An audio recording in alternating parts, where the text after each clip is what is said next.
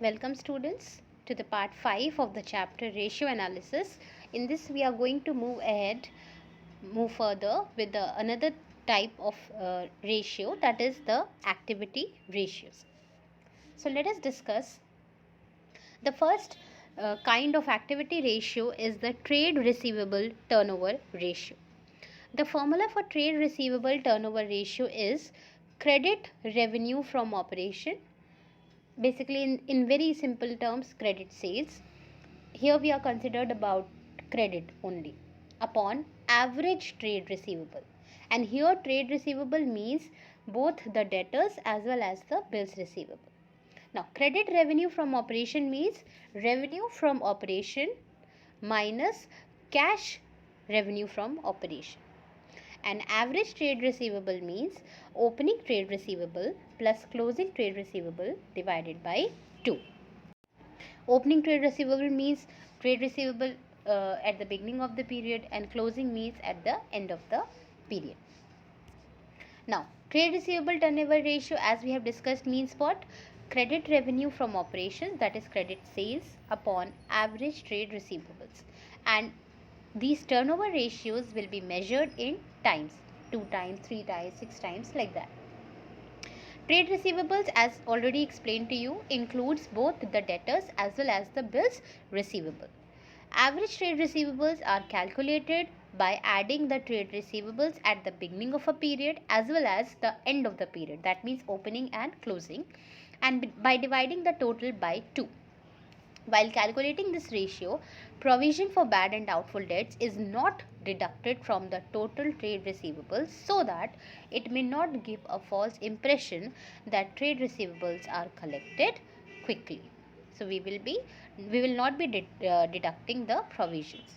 If the amount of credit revenue from operations is not given in the question, the ratio may be calculated by taking the figure of total revenue from operation. That means if no specific information is given so as which will help us to calculate the credit revenue from operation, then in that case we will be calculating it with the amount of total revenue from operation. Then average collection period. Now this is also calculated from debtors, or basically trade receivables turnover ratio. Trade receivable turnover ratio can also be converted into number of days within which the cash is collected from trade receivables. It is calculated as under average collection period is equal to days in a year, 365, 366, like that, upon trade receivables turnover ratio. So whatever trade receivable turnover ratio we have calculated, that we will put here. And if we put days in a year in the numerator, the answer will be in days. If we put weeks in a year, 52 weeks for example, then the answer will be in weeks. If we put in months, 12, then the answer will be in months, and so on. The next is trade payable turnover ratio. Formula here for trade payable turnover ratio is net credit purchases upon average trade payable. Now, average trade payable means opening trade payable plus closing trade payable divided by 2. And again, trade payable will consist of both the creditors as well as the bills payable. As discussed, trade payables turnover ratio is equal to net credit purchases upon average trade payables, and it will also be measured in times because all the turnover ratios will be measured in times. 3 times, 4 times, 6 times, like that. And just a reminder children, whether it is trade receivable turnover ratio or trade payable turnover ratio, we are concerned with the credit aspect. Credit sales or credit revenue from operation in case of trade receivable turnover ratio, and credit purchases in case of trade payable turnover ratio. And as already we have discussed, trade payables includes creditors and bills payable. If the amount of credit purchase is not given in the question, the ratio may be calculated on the basis of total purchase. The same thing. If there is no hint or no specific information given which will help us in calculating the credit purchases, then we will calculate it on the basis of total purchases on the assumption that entire is the credit purchase. And just like average collection period in case of trade receivable turnover ratio, here we can calculate average payment period. we'll apply the formula number of days, that is 365 days, upon trade payables turnover ratio. It will give the average payment period. And since we are putting 365 days in the numerator, the answer will be in days. If we put 52 weeks, the answer will be in weeks, and so on. So this was about trade payable turnover ratio. The next turnover ratio is the working capital turnover ratio. The formula is revenue from operation, no cash credit, that means total revenue from operation, and upon working capital. So working capital turnover ratio is equal to revenue from operations, that is net sales, that means sales minus sales return obviously, upon working capital, and again it is a turnover ratio, therefore it will also be measured in times. And as we have already discussed in the previous videos, that working capital is equal to current assets minus current liabilities. Now the significance. This ratio, that is the working capital turnover ratio, is of particular importance in non-manufacturing concerns where current assets play a major role in generating sales. This ratio reveals how efficiently working capital has been utilized in making sales. In other words, it shows the number of times working capital has been rotated in producing sales. A high working capital turnover ratio shows efficient use of working capital and quick turnover of current assets like inventory and trade receivables. A low working capital turnover ratio indicates underutilization of working capital. However, a very high turnover ratio of working capital is also dangerous, as it is a sign of overtrading, that is, doing business with too little working capital.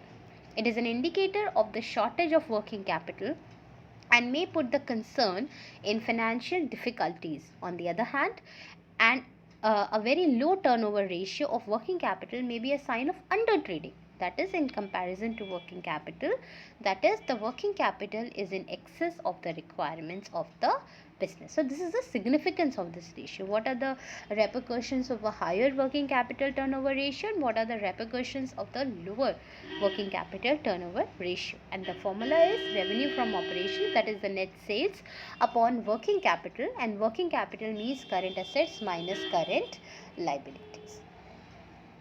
So these are the three turnover ratios which we have discussed. Then we are moving ahead with the last turnover ratio, which is inventory turnover ratio. Basically, this turnover ratio helps in ascertaining how quickly the stocks can be, or the inventory can be converted into sales. Now the formula for this is COGS, that is cost of goods sold or cost of revenue from operation divided by average inventory. And COGS formula, cost of goods sold formula, we have already discussed in 11th a number of times, that cost of goods sold is equal to opening stock plus net purchases plus direct expenses minus closing stock. Or the alternate formula is cost of goods sold or cost of revenue from operation is also equal to revenue from operation minus gross profit. We'll apply the formula depending on the value which is given in the question.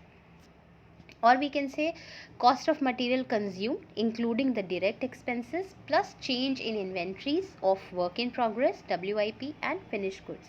Or we can say opening inventory plus net purchases plus direct expenses minus closing inventory. Inventory here means the stock. So these are the different alternate formulas for cost of goods sold or cost of revenue from operation. Then cost of revenue from operation divided by average inventory. So average inventory here is equal to opening inventory, that means opening stock at the beginning of the period, plus closing inventory, that is closing stock at the end of the period, divided by 2. So this is the formula and sub formulas for inventory turnover ratio.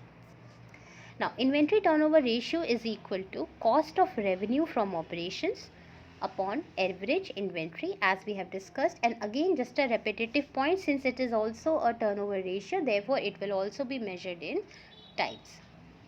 And again, just a repetitive point, cost of revenue from operations can be calculated by two ways. That is, cost of revenue from operation may be calculated as opening inventory plus purchases plus all the direct expenses, carriage, wages, freight, octroi, dock charges, royalty, etc., minus closing inventory. Or cost of revenue from operation is also equal to net revenue from operations minus gross profit.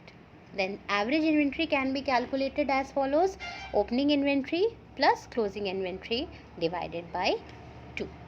So these are the activity or turnover ratios. Now the significance. This ratio indicates whether inventory has been efficiently used or not. It shows the speed with which the inventory is rotated into revenue from operations, or the number of times the inventory is turned into revenue from operations during the year. Basically, how quickly we can convert our stock into sales, in simple words. The higher the ratio, the better it is, since it indicates that inventory is selling quickly. Higher the ratio, more times, 7 times, 8 times, 9 times, 10 times. It means that very quickly we are able to convert our inventory into sales. That is a good point. In a business where inventory turnover ratio is high, goods can be sold at a low margin of profit, and even then the profitability may be quite high because we are increasing the sales volume. A low inventory turnover ratio indicates that inventory does not sell quickly and remains lying in the godown for quite a long time. This results in increased storage cost, blocking of funds, and losses on account of goods becoming obsolete or unsaleable. So, lower inventory turnover ratio will show that we are not able to convert our inventory into sales very quickly. That means our goods are lying unsold.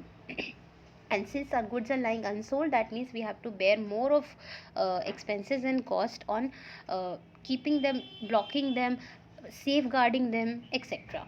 And maybe sometimes loss may occur on account of fire or depletion, obsolescence, etc. This ratio can be used for comparing the efficiency of sales policies of two firms doing same type of business. The inventory policy of the management of that firm whose inventory turnover ratio is higher will be treated as more efficient. So obviously, while comparing the firm which is having higher inventory turnover ratio, that will be considered to be in a better place. Similarly, by comparing the inventory turnover ratio of current year, again this is time series analysis, and in the previous paragraph we were doing the cross sectional analysis. With the previous year, the management can assess whether inventory has been more efficiently used or not. So these are the various activity and turnover ratios which we have discussed. Now this is the assignment based on this part, children. You have to answer the following questions in your register. Basically, you have to state the formula for the following. Number 1 is trade receivable turnover ratio. So the formula for trade receivable turnover ratio is your net credit revenue from operation upon average trade receivable. Then B point, you have to write the formula for average trade receivable. The formula for average trade receivable is opening trade receivable plus closing trade receivable divided by 2. The next formula you have to write for average collection period. So the formula for average collection period is number of days in a year upon trade receivable turnover ratio. Then you have to write the formula for trade payable turnover ratio. So here the trade payable turnover ratio means the formula is net credit purchases upon average trade payable. Then the next formula is you have to write for average trade payable. The formula is opening trade payable plus closing trade payable divided by 2.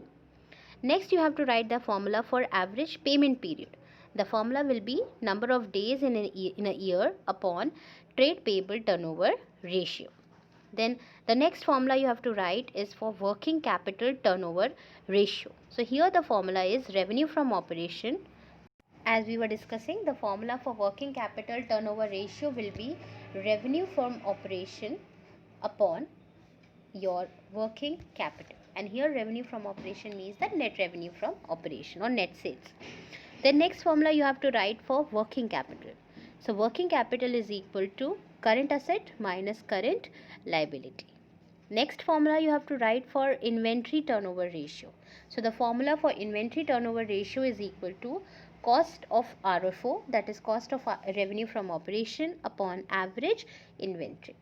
Another formula you have to write for cost of goods sold or cost of revenue from operations. So the formula will be opening inventory or opening stock plus net purchases plus direct expenses minus closing inventory or closing stock. The other alternate formula can be revenue from operations or net revenue from operations minus gross profit. And lastly, you have to write the formula for average inventory. So the formula for average inventory will be opening inventory plus closing inventory divided by 2. So I hope the questions and the topics and the formulas discussed in this video is clear to your children. Just go through the video once again and all the parts till now. Revise all the formulas, learn all the formulas by heart, and do all the written work in your copies and practice as many questions as you can. Thank you, children. Take care.